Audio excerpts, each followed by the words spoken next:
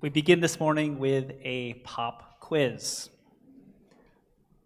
What do you think, what do you imagine is the largest living organism on Earth? If you're new here, we were not big on manners, so just shout out. What the largest living organism on Earth, what do you think it is? She says, well, big, but not the biggest. Cassie over here, resident nerd, knew the answer. The largest living organism on Earth is an aspen tree. But not just an aspen tree, but in fact a whole forest of them. There's supposed to be some dramatic suspense there. So out in Utah, nestled in the heart of Fish Lake National Forest, there is a grove of aspen trees, specifically quaking aspens, that goes by the name of pando. Do we have any students of Latin here who could tell us what pando means?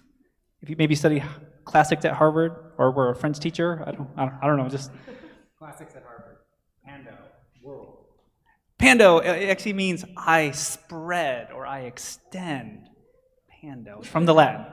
Or so I'm told. I didn't actually study Latin. And boy, does pando ever. So spanning more than 100 acres and weighing more than 6,000 metric tons, pando looks like a forest of individual trees. But while it looks like an entire forest, what you are actually seeing is a single living organism. Every tree in that grove is genetically identical, and that's not because they are siblings. It's because they are all shoots of the same massive underground root system. So what looks like many organisms is in fact just one. But pando isn't just really, really big. It's also very, very old. Some scientists estimate that it is around 8,000 years old. Others conjecture that it is actually 80,000 years old. Either way, this thing is older than agriculture, older than recorded history, older almost than anything we can name. But what makes pando so remarkable is not its size, although it is massive, nor its age, although it is indeed ancient. What makes pando remarkable is how it survives. So it turns out that pando and all aspen trees survive through shared strength. Through their roots, they actually support each other. They pass water, nutrients, and energy from one tree to another. Strong trees feed weak ones. Healthy trees help stabilize diseased and wounded ones. And even dying trees, this is fascinating, before they fall, they send their last resources back into that root network. So it's one final act of generosity that ends up sustaining the rest.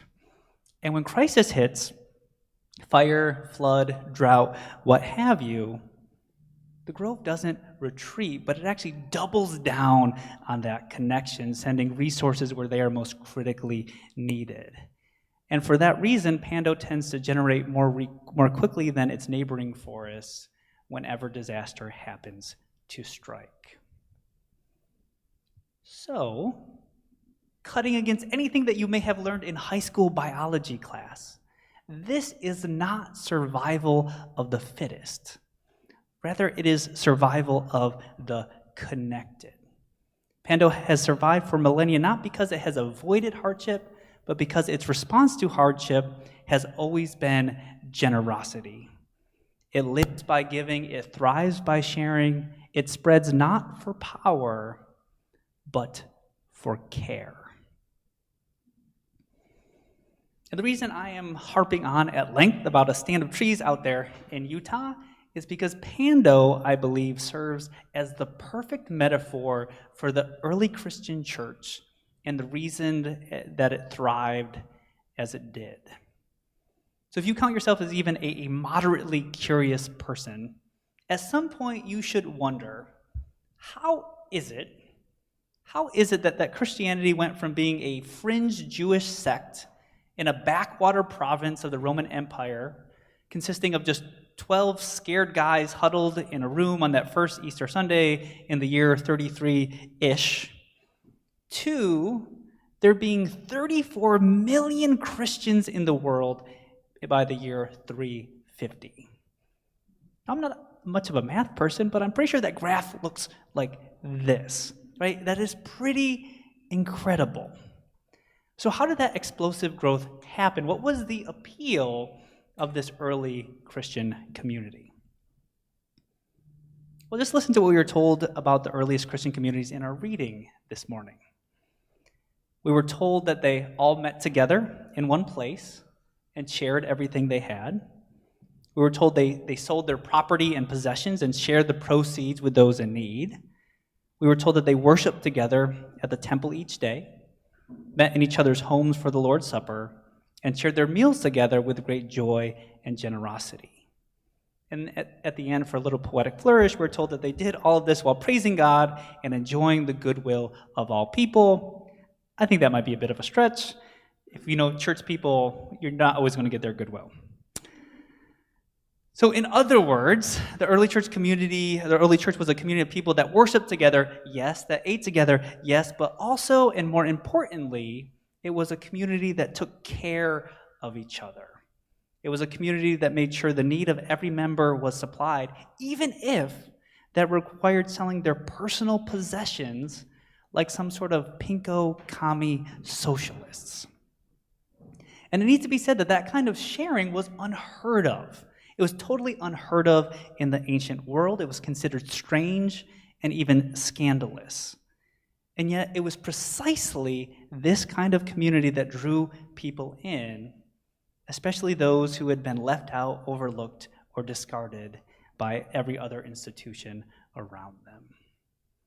They were attracted to Christianity because something was happening here that they couldn't find anywhere else.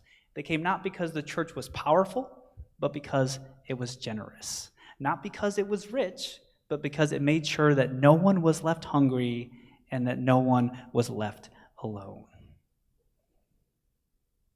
So, cutting against everything you may have learned about life in Economics 101, cutting against everything you may have learned about life from living in the late-stage capitalist hellscape that we call 21st century America, this is not survival of the fittest. This is not survival of the wealthiest. This is survival of the connected. The early church didn't flourish because it hoarded more resources than any other religion. It flourished because it shared what it had. Like Pando, it lived by giving, it thrived by sharing, and it spread not for power, but for care. Unless you think that this is some sort of rosy, idealized propaganda, some sort of sanitized, soft-focused church promo video, I want to offer you this morning a counter perspective, not from a theologian, not from a pastor, but from two of the early church's most pointed critics. This comes from an admittedly niche and kind of nerdy genre of historical writings in which the earliest opponents of Christianity lob insults and critiques that, to our modern ears, actually make the earliest Christians sound kind of, for lack of a better word, earmuffs, kind of badass, really. Can I say that in church? Just did. So the first quote I want to share comes to us from one Lucian of Samosata. He was a Greek satirist in the 2nd century who loved mocking religious people, especially Christians who he thought were gullible, naive, and generally ridiculous. And yet even Lucian, with all his sarcasm, noted how absurdly committed they were to sharing with and supporting one another. So here's what he has to say about how the early church responded when one of its members had been arrested. And keep in mind here, the tone is meant to be, get a load of these idiots over here. So here's what Lucian of Samosata says. The Christians left nothing undone. From the very break of day, aged widows and orphan children could be seen waiting near the prison. Their officials even slept inside. Elaborate meals were brought in. People came even from the cities in Asia at their common expense to succor and defend and encourage. They show incredible speed whenever any such public action is taken. In no time, they lavish their all. Furthermore, their first lawgiver, Jesus, persuaded them that they are all brothers of one another after they have transgressed once and for all by denying the Greek gods and by worshiping that crucified sophist himself. Therefore, they despise all worldly things indiscriminately and consider them common property. So to be clear, that there is no admiration in this passage at all. It is all derision and mockery. But the very thing that Lucian mocks are the ones that made the Christian community so dang appealing to everyone around them. And secondly, I want to share with you a letter from the Roman Emperor Julian. This is, if you've been around here long enough, every couple of years I dust this off and shoehorn it into a sermon, whether it fits or not, because I love this. So the Roman Emperor Julian, he is known to some as Julian the Apostate. And as that nickname would suggest, he was not the biggest fan of Christianity. So in this letter to a pagan priest, Julian scolds his fellow pagans for failing to keep up with the generosity of the Christians. And in order for this letter to make sense, you just need to know that he refers to Christians somewhat hilariously as the impious Galileans.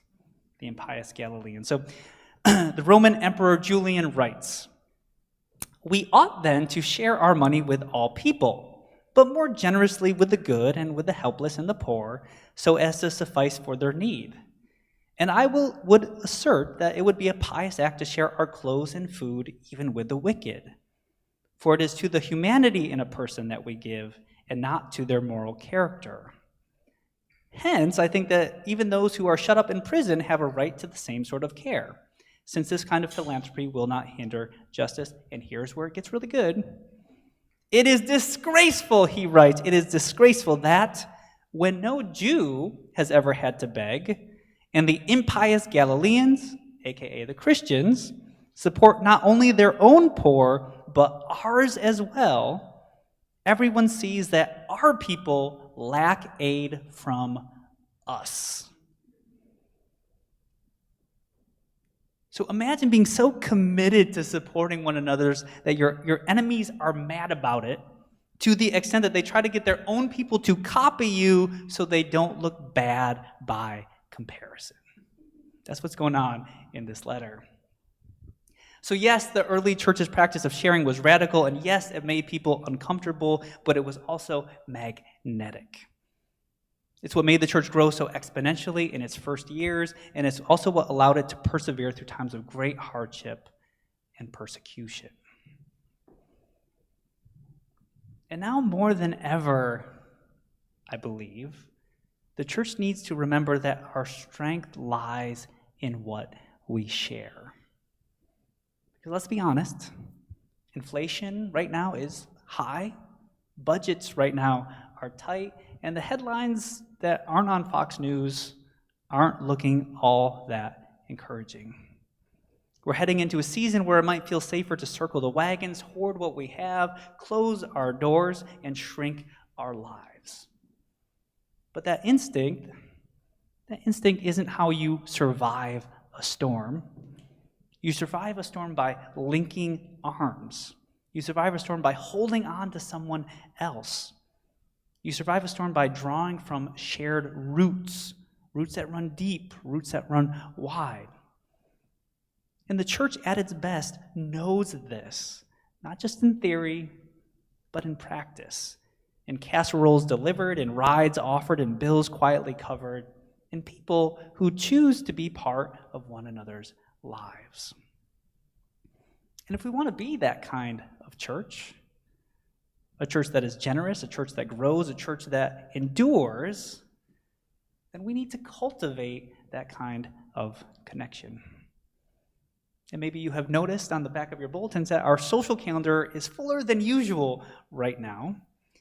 And that's not because we're trying to be busy for busy's sake, but we're doing that because connection takes time. It is slow work, it is tender work, but it is also the work that helps us stand firm when everything else around us is shaky. Because when hard seasons come, and to be clear, they are here, you're not going to make it through because you stocked up your pantry, and your 401k is only going to get you so far, but you're going to make it through these hard times because someone remembered your name, because someone texted you on a rough day, because someone showed up at your door with a meal and a story when you needed it most. Friends, that is what the church was always meant to be: a network of grace, a root system of resilience, a living, breathing grove of hope. And so, in the name of Jesus, and in the spirit of both Pando and the early church, I pray that our church may grow to be like that too. Amen.